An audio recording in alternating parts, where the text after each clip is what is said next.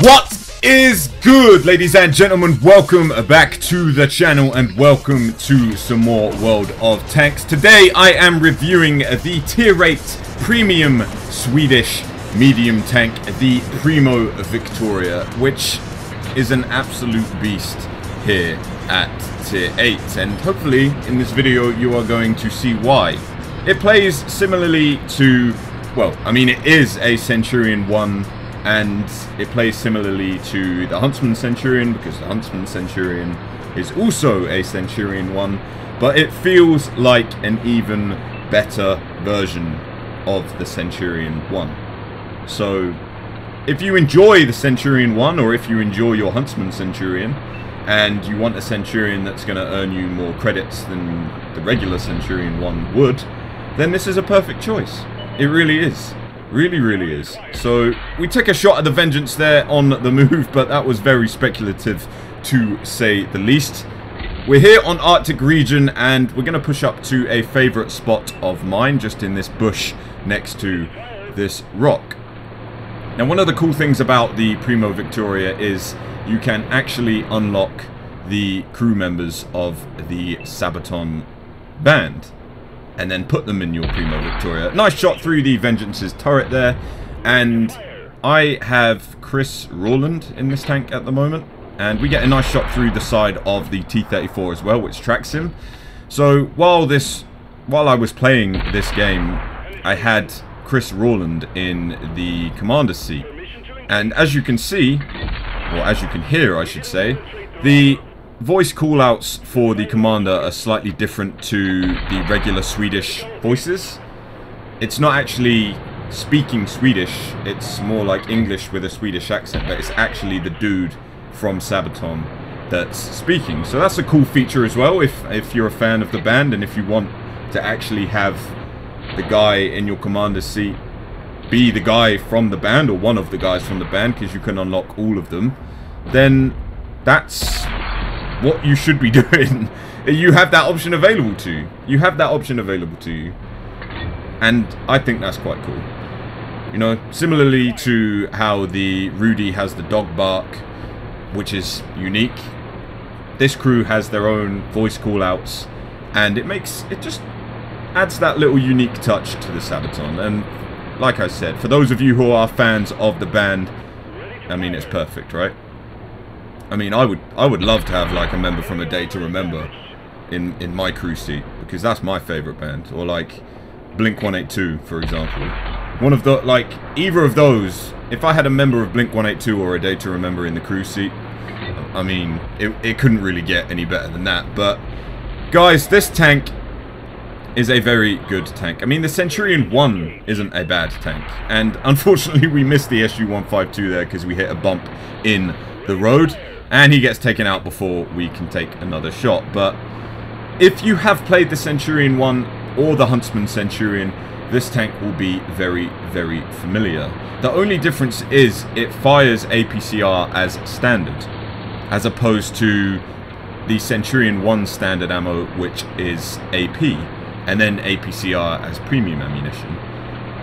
It's equipped with a very accurate 84mm gun, or the 20-pounder as it's more commonly known as. And as you can see, the rate of fire is great, and so is the accuracy.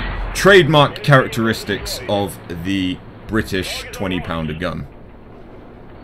Good penetration, good accuracy, and good rate of fire, allowing us to completely cut this KV-4 in half over and over again.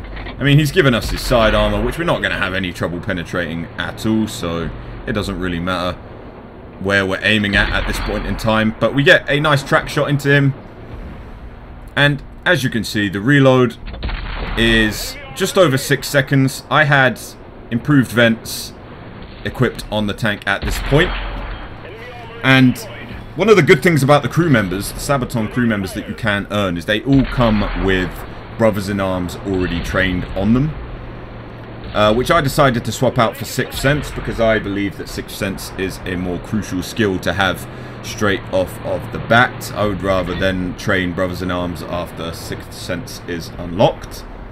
We're just trying to get a shot at the IS here. And our gun's been relatively active for the entire game so far. So we've racked up 13 hits of damage with 7 critical hits, 4 tracked assisted hits, and 2 kills. We bounced the Chieftain T95. I don't know where he hit. I don't think he hit our side armor, because if he did, he would have went straight through. I think his shot must have deviated slightly and hit our turret. But this tank has a very strong turret indeed, ladies and gentlemen. Very, very strong. It actually feels stronger than the Centurion 1's turret. It has 254mm of frontal armor on the turret. And when you're in a position that you are using the 10 degrees of gun depression in, it makes that armor all the more thicker because you're angling it a certain way. And you're maximizing the potential of the armor thickness because of the angle that you're going to be producing. So, aggressively pushing the IS here, and he just skips past us. Gun depression, however, off of the back of the tank, as you can see, is not good. Literally non-existent. So, don't ever try and depress the gun when you're looking over the back of the tank, but over the side and the front of the tank, you will be just fine with 10 degrees of gun depression, allowing you to do shots like that and finishing off the IS to secure the game. But ladies and gentlemen, we'll take a look at the post-game stats and see how we did. So taking a look at the post-game stats for the first game, you can see that we racked up 3,375 damage from 16 penetrations, destroying 3 enemy tanks along the way, detecting 1 enemy target, and picking up 980 assisted damage. We blocked a measly 240 damage that game, but it was only 1 shot that we blocked, which was from the Chieftain T95.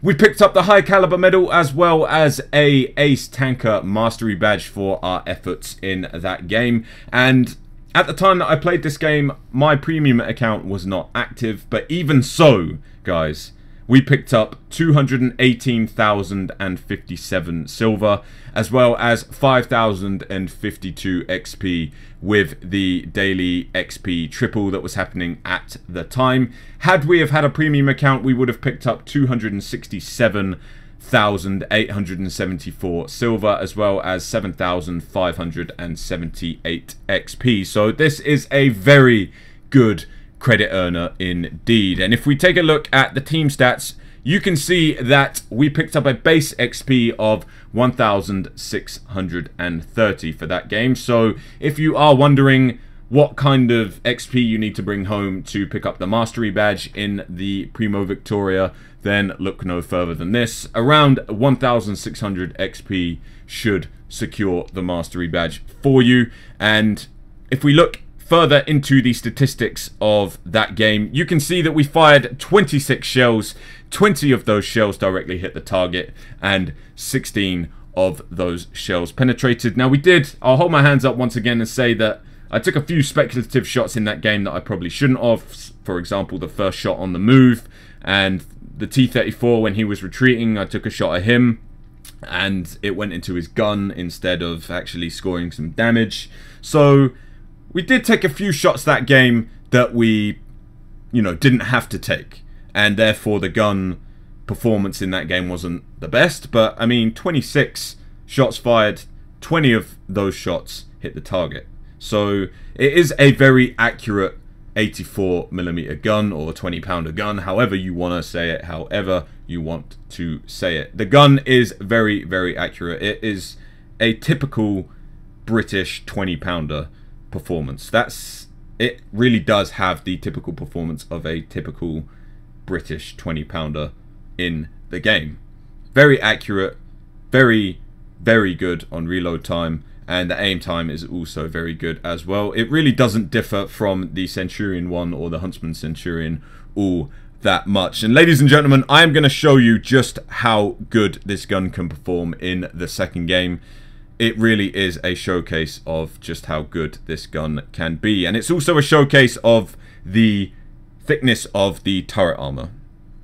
Because if you get yourself into a hold down position and abuse the gun depression, the 10 degrees of gun depression that this tank sports, and the accuracy of the gun, then you are going to have a good time, as I'm going to show you in the second game. So without further ado, we will move into the second game now, and I will catch you guys there in a second. Okay, ladies and gentlemen, welcome to the second game. Here we are on El Haloof, taking out the Primo Victoria once again. And I just want to take a second to discuss the gold prices of this tank, which, in comparison to the heavy metal heroes tanks which have been introduced, such as the AMX M4 MLE 49 and the AMX 1357, in my opinion, is very respectable. You are getting a very decent tier 8 premium medium tank in the form of this Primo Victoria.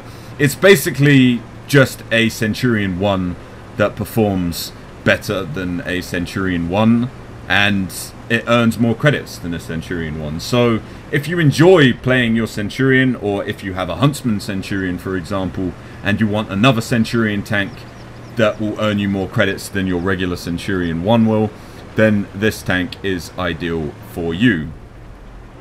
I'm actually thinking about buying one because I like my Centurion 1, and this has exactly the same matchmaking, no preferential matchmaking, but it does, so it will see tier 10, but it does have a very good credit earning potential. Very, very good. And it fires APCR as standard as opposed to AP, which the Centurion 1 fires. But guys, you are going to see the performance of the turret armor and the gun in this game. I've pushed up to this position here with our friendly Leo, and this is the exact position that you want to be getting the Primo Victoria into. A position where you can use the 10 degrees of gun depression and the turret armor to your advantage as well. So we have an enemy E50 that pushes forward, and we're going to get a nice shot through his side. Unfortunately, that one didn't track him in place, but we're aiming for the STI now. He takes a moment to pause and hit our Leo, but we get a nice shot through his side armor, damaging his tracks and setting him on fire as well. That must have went straight through into the engine. Aiming for the side of the Conqueror now. We get a nice shot through, which damages his tracks. Unfortunately, our second shot is going to hit him, but bounce off of his turret. It went slightly wayward, and instead of hitting his side armor, it hits the turret and bounces off. But the third shell goes straight through, and we bounced his return shell off of our turret armor. So like I said, guys, 254mm of frontal turret armor, bouncing the Conqueror no problem. Now we're going to go for the side of the Oho, and we damaged his ammo as well, which is always nice. Unfortunately, we didn't detonate the ammo rack. That would have turned this game into an even more ridiculous game than it was in the end. The E50 gets taken out, and now we have the enemy Tortoise pushing forward, and we get a nice shot through his cupola.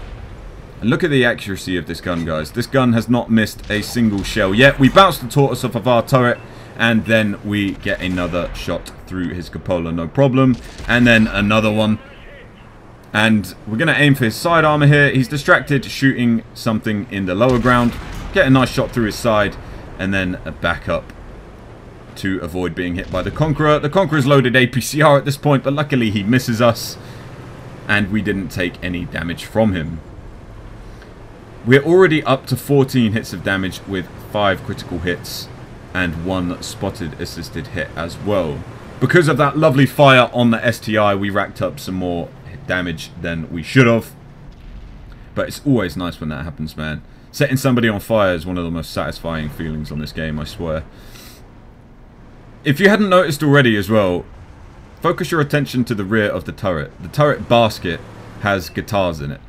That's another cool feature of this tank. It has the band's guitars and, you know, equipment in there. Unfortunately, that shot bounces off of the Conqueror's upper glacis. I was aiming for the inner drive wheel to hopefully track him in place there, but the shot went slightly wayward and grazed his upper glacis instead, therefore ricocheting off.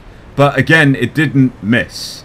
It didn't hit the mountain. It didn't hit the floor. It actually went where I wanted it to. The Conqueror just backed up in time so as not to take any damage from me. But I'm going to push forward at this point, as our WZ many numbers and the Black Lurver are doing so as well. An enemy AMX-12T gets spotted in the lower ground, and I'm going to focus my attention to killing this guy. And again, look, Lovely shot straight through the rear of the 12T, even though he was moving at full speed, and we should be able to finish him here, which we do, taking us up to 16 hits of damage and securing our first kill of the game. Now, there's no enemy tanks over on this side anymore, so we are going to have to push up to the enemy base to get some more damage done. There's 3 enemy artillery and 3 enemy medium tanks remaining. It is, however, a close game. It's 9-7, so we only have 2 tanks over the enemy tanks, and we don't want to throw our tank away. Luckily, we are still on full health, which is 1,450 HP. And guys, the mobility of this tank is great as well. The Centurions did receive a buff to their mobility recently, and that really has helped the performance of this tank. Now, the T-69 is no longer spotted, but he is still there. We get a lovely blind shot through his side, and the Su-14-1 takes out our Black Lurver. So it's now 10-8 because the M40-43 gets taken out. And we're just going to poke up and see if we can spot any enemy artilleries from this location. Hopefully we should be able to see something when we crest the ridge. Again, using the gun depression, we get a shot at the Su-14-1. And just as we do, an enemy Super Pershing comes around the corner. Now, we get a nice shot into his track right there, which somehow did damage. I don't know if that deviated and went through his lower glacis. Honestly, I don't really know how that shot penned, but the Su-14 gets taken out. And now we're swapping our attention to this Indian Panzer, who hopefully should back up and give us a shot into his engine deck, which he does. And we successfully penetrate for 191 points of damage. Using the gun depression again, although the Indian Panzer is firing HE, but he didn't bounce, but our armor absorbed the shell, and then we finish him off. Now, the Super Pershing is coming around the corner again, so we're going to use our gun depression once again to get another shot into him. Unfortunately, it did not penetrate. It bounced off of his lower glacis. But the WZ is pushing forward now to assist us, and I decided at this point to swap my attention to the T-69 again. I thought that my team would deal with the Super Pershing very quickly, but in actual fact it took them some time. And even though that shot didn't damage the T-69, we tracked him in place, and then our second shot, which we followed up with, penetrated no problem. So we're up to 23 hits of damage so far, with 9 critical hits and 2 enemy tanks destroyed. We're going to go hunting for the T-69. Because at this point, like I said, I believe that my team would easily be able to take out the Super Pershing. The AMX 1390 finishes off the other enemy M40-43. We don't have a clear shot on the T-69, but the Super Pershing has just taken out our WZ many numbers. And we get a nice shot through the front of the T-69. He's not going to push us at this point, and the Leo finishes him off anyway. So now it's just the Super Pershing for us to deal with. And I thought at this point, I'm just going to charge him. I'm on so much health at this point that I should be able to finish him off within about 2 or 3 rounds. And even if he damages me in return, it's not going to do that much. But the M53-55 spoils the party. But ladies and gentlemen, I'll turn your attention to the post-game stats once again, and let's see how we did. So as you can see from the post-game screenshot, we had a much better result in the second game, picking up 4,473 damage from 20 penetrations, destroying 2 enemy targets, detecting 4, and picking up only 450 assisted damage that game, but a grand total of 1,040 damage blocked. For our efforts, we were rewarded with the Ace Tanker Mastery Badge, a Confederate Medal, and a Sniper Medal as well, racking up a total of 136,196 silver, as well as 3,084 XP without our daily double. If we look at the team stats, you can see that we racked up 1,000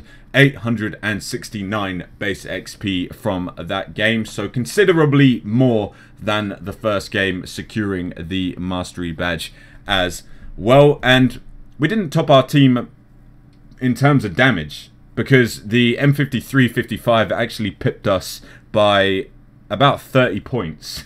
So not too much at all, but very, very impressive considering we were a tier 8 in a tier 9 matchup. So I'm not going to be mad at that whatsoever. And if we take a look at the statistics of that game, this is exactly what I'm talking about, ladies and gentlemen. The gun statistics from this game were fantastic. 24 shots fired, 24 direct hits, and 20 penetrations. So every single shot that we fired that game hit the target. And that is very, very impressive, in my opinion. Very, very impressive. Like I said, it could not be more typical British 20-pounder experience. That's how the British 20-pounder performs in this game. As long as you let the shots aim and you take the shots that you need to take. That is the gun performance that you should be expecting from this tank. The penetration values on the gun is very good, so generally speaking, you're going to penetrate every time. Like you can see in that game, the gun performed absolutely perfect. Absolutely perfect. And I don't have any complaints about this tank. I don't. Not one. It's good. The mobility is good. Obviously the side and rear armor is bad. The upper glacis is not so bad. The lower glacis on the frontal hull is bad. But if you put this tank in a hold down position like we did on El Haluf, then you are gonna have a good time. The frontal turret armor is very tough, and you will outfire your opponent with the rate of fire that this tank has. And generally speaking, you won't struggle to penetrate them because of the penetration values of the gun. So no complaints whatsoever. This is a very good Swedish crew trainer. Very, very good. And obviously it packs the Sabaton crew, so if that's something that appeals to you, then this tank will appeal to you. And yeah, that's my summary of the tank. I can't really say anything else about it. I think it's great. It plays very well. It plays exactly the same as a Centurion 1 and exactly the same as the Huntsman Centurion. Ladies and gentlemen, get it into a hold down position and you will have a very prosperous result. I promise you. That's all you need to do. Hold down this thing and you'll be fine. But that's it. That's my review. I'm done. I can't say anything more about the tank. I don't have anything to criticize. It's a good premium tank and it's relatively okay priced.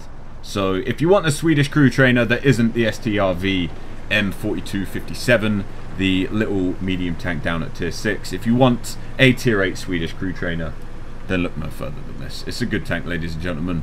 I hope you have enjoyed this video. I will catch you in the next one, and until then, have a great day. Peace out. Boom, boom, boom.